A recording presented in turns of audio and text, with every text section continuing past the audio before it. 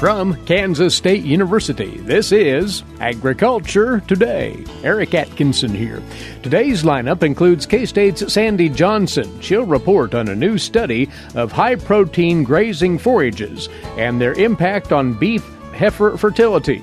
This research will be highlighted at one of those K-State Kansas Livestock Association Ranch Management Field Days coming up this month. Also today, K-State's Jeff Whitworth will talk about using K-State's 2017 Wheat Variety Disease and Insect Ratings report as a guide in managing against leading insect problems in Kansas wheat production. Further ahead, K-State's Charlie Lee talks about a new study which looked at whether fish learn to avoid artificial bait in catch and release situations. All this and more here on Agriculture Today.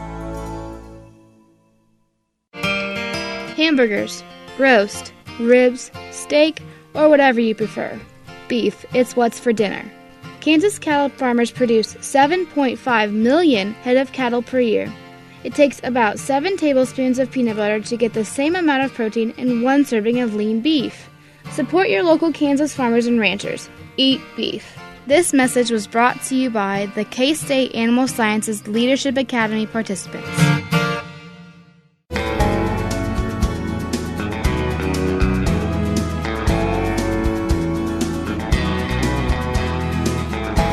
Thanks for tuning in. This is Agriculture Today. We're going to talk over the next few moments about informational opportunities for you cow-calf producers to take in here in Kansas during the month of August. To set this up, we're going to take up one of the subjects that will be presented at one of these events, and that is research that's been conducted by Kansas State University on the use of high-protein forages and how they impact cattle fertility, particularly heifer fertility. Along with us now is Sandy Johnson, and she's involved in all of this that we'll discuss today. Sandy, as you know, is a K-State Research and Extension reproductive physiologist, and she's based in northwest Kansas. Sandy, you have been looking at this question of high-protein forages, the relationship to beef fertility. This has been studied in times past, has it not? Yes, and really more extensively on the dairy side that typically feeds a fairly high-protein, high-energy ration compared to anything we would do in beef cattle. And that work has allowed us to perhaps look at some anecdotal reports on the beef side where perhaps heifers were grazing wheat pasture prior to breeding and fertility was reported to be reduced. And we have taken some of the conclusions from the dairy side and applied them to the beef side, assuming that would all be, transferable. On the beef side, then, we have these anecdotal reports, and there's been a few studies. But when it comes to fertility data, we need a lot of it. We've got a lot of environmental effects. We need to look at multi-location, multi-environment, and we really don't have that breadth of data out there. A number of years ago, we did breed some mature cows at Hayes off of either wheat pasture or native pasture. That was a 5-year study where we didn't see a difference, and there's a couple other studies in heifers that were grazing wheat pasture at dry lot prior to feeding, and the numbers in those studies were not tremendously high, so one study was clearly no difference. The other, numerically, you might have argued, but again, we didn't have a large number of animals. And so the dairy data has always been applied to the beef side, and so we feel like as we've looked at trying to incorporate cover crops and the interest in trying to work that into our production systems, we really needed to take a longer look at this fertility issue with breeding beef animals, and so we have attempted to do that this year with some beef heifers. And expand on the issue at hand here, how fertility might be interfered with when these forages are utilized as a feedstuff. What do we know about that? Well, again, most of what we know is on the dairy side, and the mechanism there seems to be that this excess nitrogen shows up as higher levels in the blood, so either blood or plasma urea nitrogen, and that has an embryotoxic effect, then causes early embryonic death. The thing that has to happen for that high blood urea nitrogen is that we don't have any other use for that nitrogen. And one of the potential differences between the dairy and the beef cow is the energy requirements. And you think about this high-producing dairy cow that's often in a negative energy balance as we're trying to get her bred shortly after she calved, or, well, maybe that's not shortly after in a dairy cow, but a much different energy demand and starch profile than we have in beef heifer or beef cow out grazing, whether it's a cereal grain or even native pasture early in the spring. So we've tried to just make it about sheer amount of protein, but, we really don't have all that knowledge on the beef side to know what's going on there. Well, that's what you're seeking, to fill that void of knowledge. And you might spend a few moments here on this current research. The forage that you've been utilizing in this study is, in fact, triticale, correct? That's right. We've gone to just, a lot of cover crop things look at multiple species in a planting, but in this case we're using just a monoculture of triticale. And, of course, one of our challenges this year was at the site where we were doing this, there was reasonable moisture, really, which is good, but then we were kind of on and off our triticale, and from a sheer experimental standpoint, that makes some of the interpretation a little more challenging. So we weren't on there continuously, as long as I'd like to say, but we were on it for 30 days prior to breeding. The only caveat being is that their water source was on native pasture, so they were actually back and forth. Mm-hmm. And so, again, as we try to answer some of these questions in a real-world setting, we have a little bit of confounding there. Next year, as we replicate this study, I believe the fields they'll put into triticale won't have that native pasture access, so we'll have a slightly different look in that case in terms of whether they're on and off that native pasture. But in our hands this year, with protein levels, I think 23 to 25% at the time of breeding, we saw virtually no difference between those in the dry lot versus native pasture. Now, does that mean that every situation grazing high-protein forages, there'll be no problem? No, I can't say that yet because I can't explain some of all these other things, but I'm optimistic that we are able to manage these resources and use these high-quality feeds that really can work well to spruce up some heifers that maybe you haven't put all that much feed into over the winter. Good. Well, there's hope for that anyway, and further K-State trials that you'll be conducting in this area will hopefully substantiate that. And in fact, Sandy, you will be discussing this first year of research results from this project at the forthcoming Kansas Livestock Association K-State Ranch Management Field Day in Southwest Kansas, correct? That's correct. We'll kind of look at it on site where we were working with that and talk about some of the management logistics of just making it work and talk in more detail about what we saw there. So we certainly would welcome people to join us there for that program. And just briefly, that's taking place at the Black Diamond Angus Ranch near Spearville on Thursday, August the 17th. You can find out more information by talking with your local Extension Office personnel or go to kla.org. That is one of 3 outstanding Field Day agendas in this Field Day series. Incidentally, the other 2 are coming up that following week, Tuesday, August the 22nd at the Mark Diederich Family Farms near Greenleaf in Washington County, north central Kansas. And then the next day, August the 23rd, Wednesday, hosted by DL Cattle Company near Fredonia in Wilson County, southeast Kansas. Be sure to take in one of these producers as you can. And Sandy, before we let you go, there's yet another event that we do want to remind producers about, and you spoke with us about it on an earlier broadcast, and that is this highly important national scope meeting on Applied Reproductive Strategies in Beef Cattle. That is a workshop that K-State will be serving as host for coming up later in the month of August, and there's a key deadline for registering for this. Yes, the meeting itself is August 29th and 30th in Manhattan. And our early registration deadline is coming up next week, is August 16th. I want people to know that rooms are filling up. If you're needing to stay in Manhattan, better be looking into that. And we do need your registration. I have ordered a steak for you already and have it aging, but if I've underestimated how many of you are going to show up, why, your steak may not be as tender as mine because you didn't order it in advance. So anyway, we've got people coming from, I know there's at least 2 outside of the U.S. and a number of states. It'll be a great mix of producers, academicians, and experts from throughout the industry. Hopefully we'll have a great discussion where we can all share some ideas and learn something. So we certainly encourage people to come and register for that.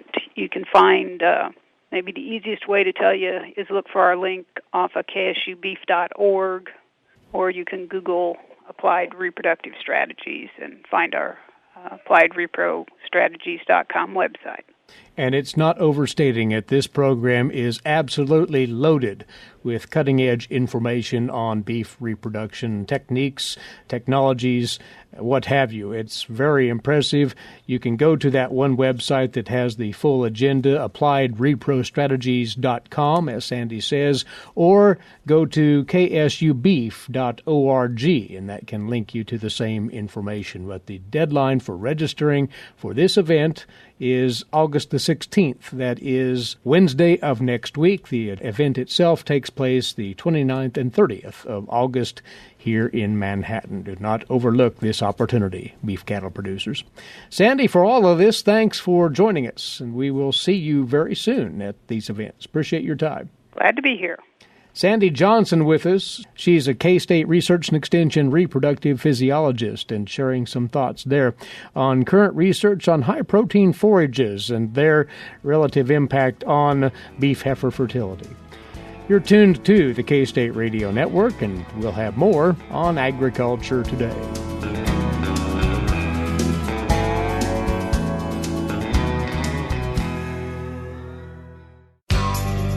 Have you ever thought about where your food comes from? If you're thinking the grocery store, think again. Facts show that the American farmer feeds more than 129 people. They are continually increasing and improving their operations.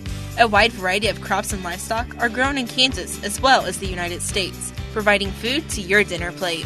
Next time you see a farmer or rancher, thank them. For more information, contact K-State Research and Extension.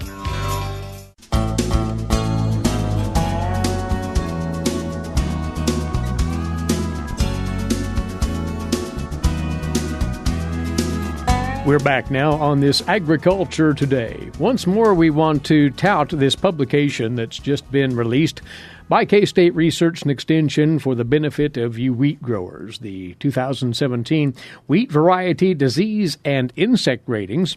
You will recall a few days back we talked with K-State's Romulo Lodato and Eric D. Wolf about this publication, what it has to offer. There's this other aspect of it which we want to spend time on as well, and that is the insect resistance ratings that can be found within this. Jeff Whitworth has joined us, one of the co-authors of this ratings report. He is a crop entomologist, K-State Research and Extension. Now, when you compare the number of insect pests that threaten wheat, they somewhat pale in comparison to diseases, but they're nonetheless problematic, Jeff. Yes, we have many wheat pests around the state. Most of them are pathogens, as you say, but we do have some insects and mites that are pests, and they can be very destructive. So every year what we do is, in concert with plant pathology and agronomy, we try and screen a bunch of different varieties of seedling wheat, and the varieties come from a bunch of different places. Any varieties that anybody's interested in having us screened, along with Dr. Ming Chen, USDA. He does a lot of the screening. Dr. Holly Swarting does a lot of the screening. And we do this usually starting in August and September throughout the winter, and we try and have all of the varieties screened by March or April, and then we start looking at the field varieties that are out in the field. But we do this in the greenhouse. We do this in a growth chamber. And the reason we do that in the winter is because we can do a lot of them, a lot of different varieties in a short amount of time in the greenhouse or in a growth chamber. It is very labor intensive. And as far as the Hessian fly goes, Dr. Ming Chin's lab, the USDA lab, produces the Hessian fly. He's kind enough to provide them for us, or he uses them himself for his own screening program. It's the larval stage or the maggot stage that actually causes the plants, problems. The Hessian flies, I really have, over the years, I've done a lot of research with Hessian flies. It amazes me how they cause so much damage out in the wild in the state. And I say out in the wild, I mean in our domestic wheat plants, because, as I said, the adults only live 3 or 4 days. They're just real tiny little gnat-like insects. They're very fragile. They lay eggs on the leaves of the wheat, and those eggs hatch in 3 or 4 days, depending upon the temperature. In the growth chamber, it's about 5 days. And those little tiny maggots crawl down the leaf, crawl down the base of the plant, and feed behind the leaf sheath. As soon as they start feeding on that plant, that causes the plant to produce a gall. And that is one of the things that causes the plant to have a problem. So all of the resistance that we have now, whether it's for the Hessian fly or any of the other insects, for the most part, is antibiosis, and that means it's detrimental to the insect when it starts feeding on it. So the Hessian fly, the plant walls it off, but in that meantime, it can actually kill the plant or severely weaken the plant. But if it is resistant, it will kill the insect before that happens. If it's susceptible, the plant will just usually die or be weakened enough that it can't survive the winter because of the feeding of this little tiny maggot, or several of them in the case. How extensive is resistance within our available varieties here in 2017 then, as per the Hessian fly? There are, I think, 32 or 33 genes that have been identified as being resistant to the Hessian fly. They have not all been incorporated into wheat, and even the ones that have are not commercially available right now. There's a few that are commercially available. A lot of those are not as agronomically acceptable to the growers of Kansas, or they may be more susceptible to one of the pathogens that is more common than the Hessian fly.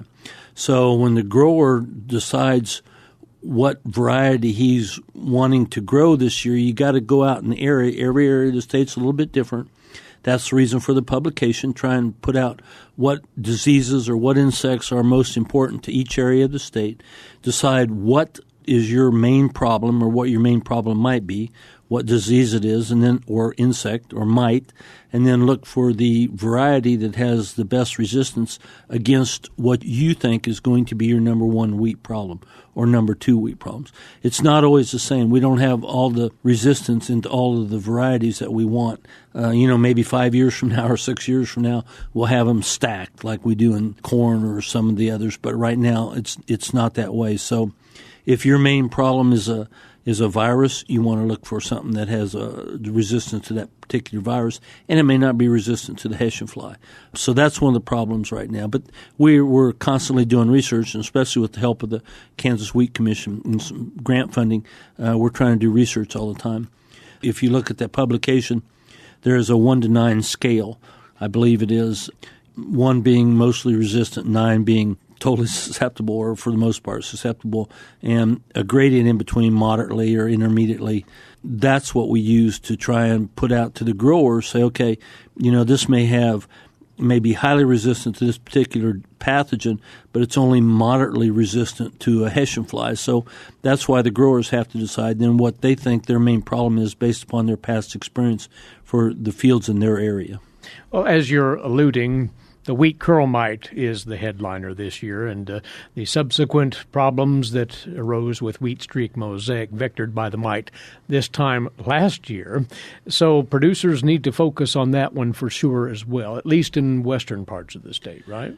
Well, I hope so. The wheat curl mite and the resultant wheat streak mosaic virus that it can transmit was a real problem in 2016, 2017, then the fall and the winter and the spring of this past year.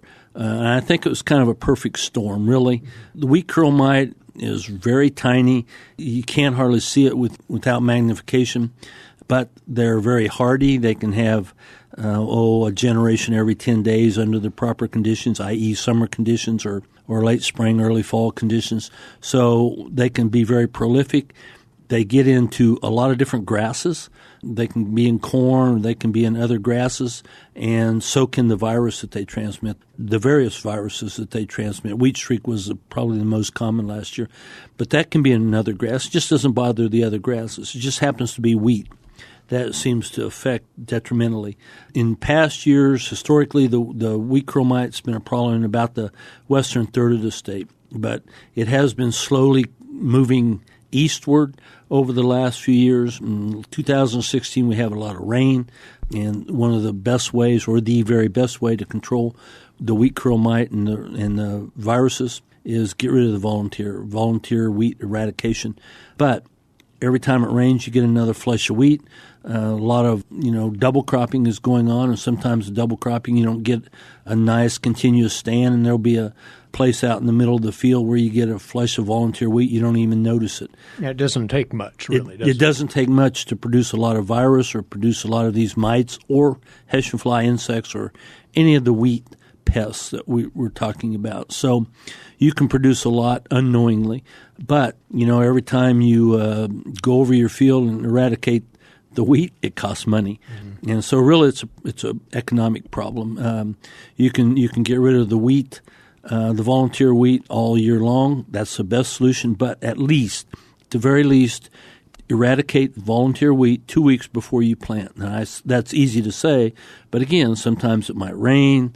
Can't always do that. But if you're worried about any of the wheat pests, pathogens, Hessian fly, wheat curl mite, any of the wheat pests, the volunteer wheat is acting as the green bridge, they call it, between when the harvest went down in June or July and when that wheat comes up again after planting in October or November. So the best thing to do, plant as late as possible for your area, whatever you can agronomically, plant late and get rid of that volunteer wheat at least 2 weeks prior, and that will help. That will go a long ways to controlling the wheat curl mite. This in 2017, by harvest, we probably had them over to about 81 highway or 35 highway, into the middle part of the state or the central part of the state from the west, and they've been a pretty severe problem this past year. So we're hoping to at least maybe not eliminate that, but at least mitigate it a little bit by making sure everybody gets rid of their volunteer wheat. And that is step number one, but there is some varietal tolerance to wheat streak, mosaic, and curl mite activity out there within our lineup of varieties. Yeah. There is. There is some for Hessian fly, and there is some all these, but like I said, it depends on your area, what you consider to be the most problematic pathogen or insect or mite in your area. So look for the variety with that tolerance or anabiosis resistance or whatever it is, and try and utilize that variety and get rid of the volunteer wheat. I can't overemphasize Keeps coming back to that, doesn't it? Get rid of that volunteer wheat. Very good. All of this is captured in the Wheat Variety Disease and Insect Ratings 2017, put out by K-State Research and Extension. It's great reference, producers, as you get about your varietal selection for the upcoming planting season.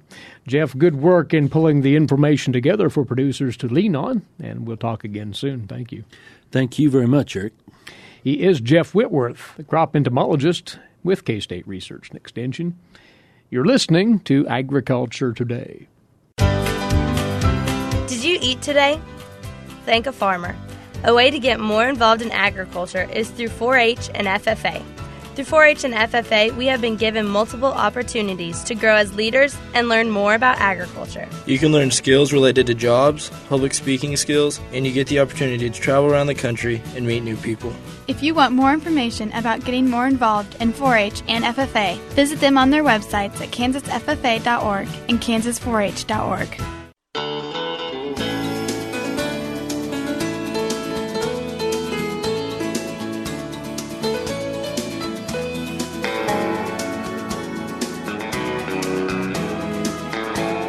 Agriculture Today continues now here on the K-State Radio Network. Eric Atkinson with you. A look here at the weekly update on Kansas crop progress and crop condition, courtesy of the USDA. And for the week ending this past Sunday, measurable rainfall recorded in every county. Heavy localized rain totaling up to 6 inches in some eastern counties this past week. That leaves the topsoil moisture ratings this week at 5% surplus and 51% adequate, but 44% still short to very short. Subsoil moisture 2% surplus and 61% adequate, and 37% short to very short. The condition of the Kansas corn crop this week is at 54% good to excellent, 31% fair, and 15% poor to very poor. Corn at the silking stage, now 90%. That's very near the average. In the dough stage, 51%. That's behind the 56% average. And corn in the dent at 10%. That's behind the 16% average for this date. The state of the Kansas soybean crop then, 53% good to excellent this week, 38% fair, 9% poor to very poor. Soybeans blooming now at 85%, 76% is the average for the date. Soybean setting pods, 51%, also ahead of the average of 38%. Grain sorghum condition this week, 60% good to excellent, 31% fair, and 9% poor to very poor. Sorghum headed now at 44%, that's near the average, and sorghum turning color at 2%, again near the average. The third cutting of alfalfa, 80% in now, that's well ahead of the 60% average, and the fourth cutting is 6% complete. Range and pasture conditions around Kansas currently 57% good to excellent, 32% fair, 11% poor to very poor, and stock water supplies 1% surplus, 88% adequate, and 11% short to very short, according to the USDA's report on Kansas conditions this week. Now for the national corn and soybean condition update, here's the USDA's Stephanie Ho.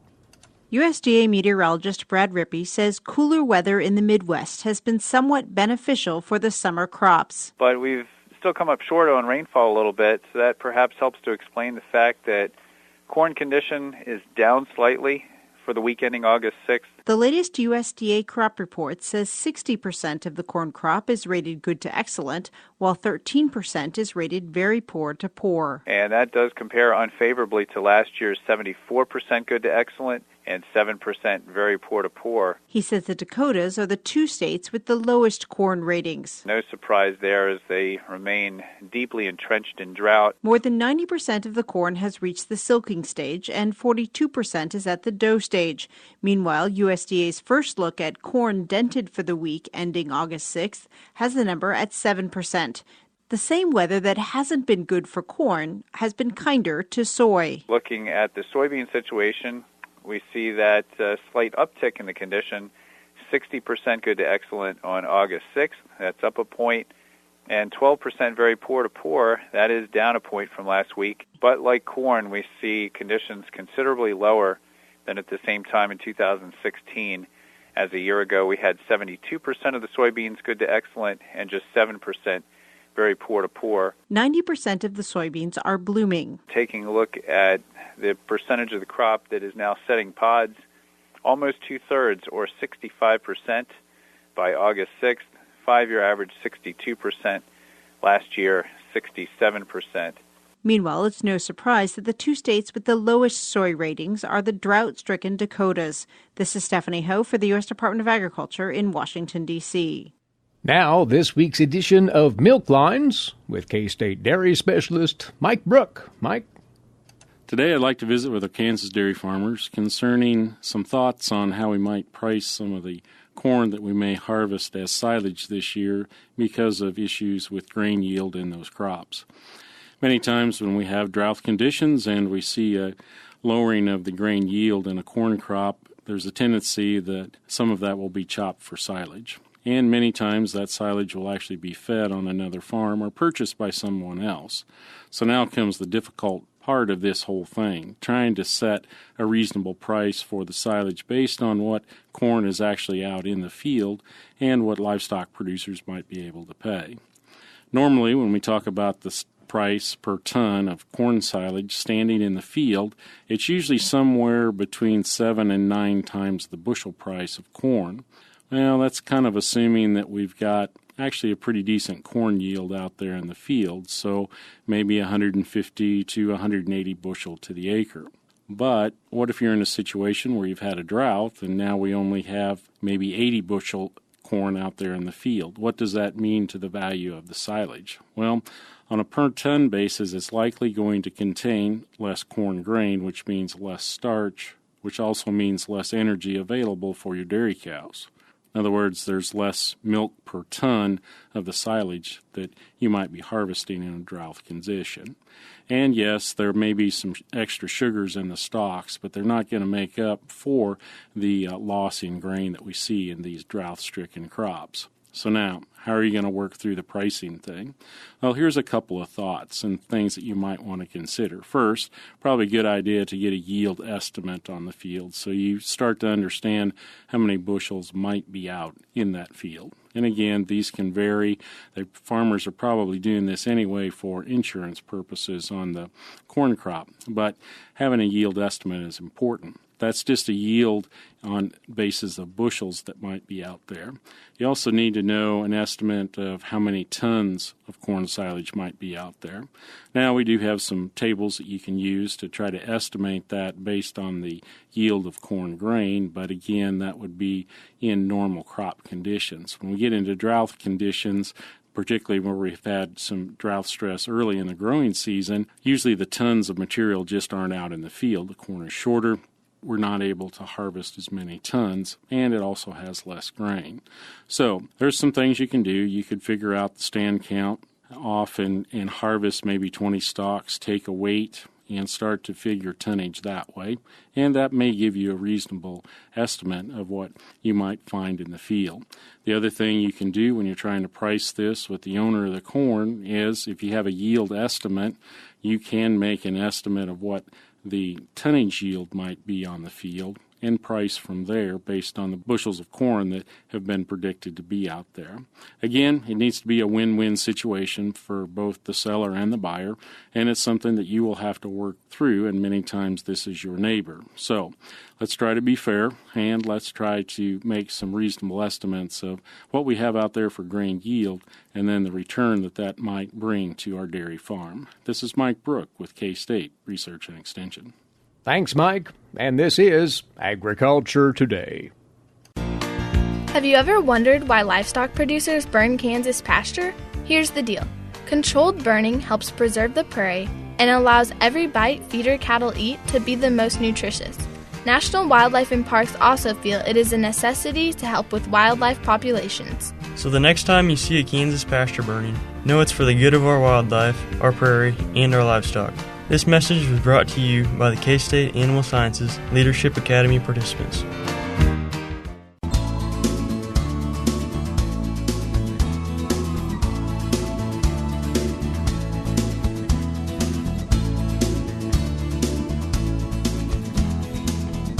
Time once again on Agriculture Today for our weekly segment on wildlife management. Joining us is Charlie Lee, wildlife specialist with K-State Research and Extension. Charlie will get into a study which approached the question, do fish learn to avoid baits, and particularly artificial baits? And this has been a hypothesis that's been around for a while, you say. Certainly is this time of the year. There are a lot of anglers that are wondering why their catch rates are declining. And the purpose of this study was to determine if fish can learn to avoid lures, or is it something that's influenced by genetics? This was a study that was published in the Transactions of the American Fisheries Society in 2016 to look at some of the reasons people fail to continue with recreational fishing. It's a very popular activity, but a lot of times people don't think about the impact of fishing on existing fish stocks and on catchability. There have been several studies that have looked at fish vulnerability to angling. Some of that is due to learned behavioral lure avoidance, but anglers seem to think that it's some of the things that they can perhaps more easily relate to, like fish density or temperature, weather patterns.